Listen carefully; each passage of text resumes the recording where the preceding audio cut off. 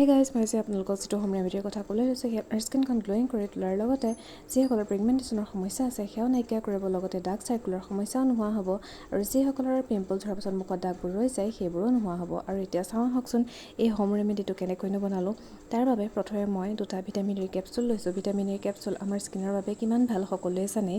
আৰু এতিয়া মই এচামুচ মৌজোল লৈছোঁ আৰু মৌজোলৰ লগত মই 2টা ভিটামিন ই কেপচুল ভালদৰে মিক্স কৰি ল'ম।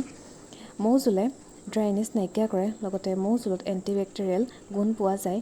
স্কিনখন ছফ্ট আৰু স্মুথ কৰি তোলে। ভিটামিন ইৰ কেপচুলে স্কিনৰ ডাৰ্ক চাৰ্কল নাইকিয়া কৰাৰ লগতে স্কিনৰ সকলো সমস্যা নোহোৱা কৰে আৰু স্কিনখন টাইট কৰি তোলে।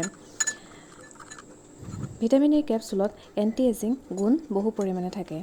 আৰু এতিয়া ভালদৰে মিক্স কৰি লোৱাৰ পাছত গোটেই মুখখনতে মই ভালদৰে লগাই ল'ম। লগাই লোৱাৰ পাছত প্ৰায় 5 মিনিটৰ বাবে ৰাখিম আৰু তাৰপিছত মই ঠাণ্ডা পানীৰে ভালদৰে মুখখন ধুই পেলাম। আৰু আপোনালোকেও এবাৰ ব্যৱহাৰতে গম পাব স্কিনখন কিমান টাইট হৈ পৰে। আৰু মোৰ ভিডিঅ'টো যদি চাই ভাল লাগিল তেতিয়াহ'লে এটা লাইক কৰিবলৈ নাপাহৰিব আৰু মোৰ চেনেলটো ছাবস্ক্ৰাইব কৰি দিব আৰু কাষতে থকা বেল আইকনটো প্ৰেছ কৰি দিব।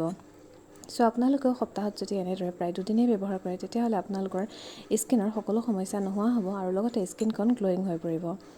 আৰু এতিয়া গোটেই মুখখনতে মই ভালদৰে লগাই ল'ম।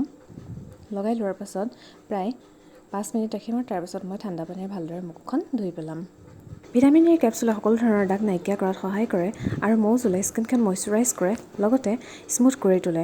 আৰু এতিয়া গোটেই মুখখনতে মোৰ লগোৱা হৈ গ'ল আৰু এতিয়া মই ভালদৰে মুখখন ঠাণ্ডা পানীৰে ধুই আহিমগৈ। আৰু এতিয়া চাওকচোন এবাৰ ব্যৱহাৰতে কি এটা ধুনীয়া গ্ল' আহিছে মুখখনত। চ' আপোনালোকে এবাৰ ট্ৰাই কৰি চাব, খুব এটা ধুনীয়া সুফল পাব। চ' থেংক ইউ।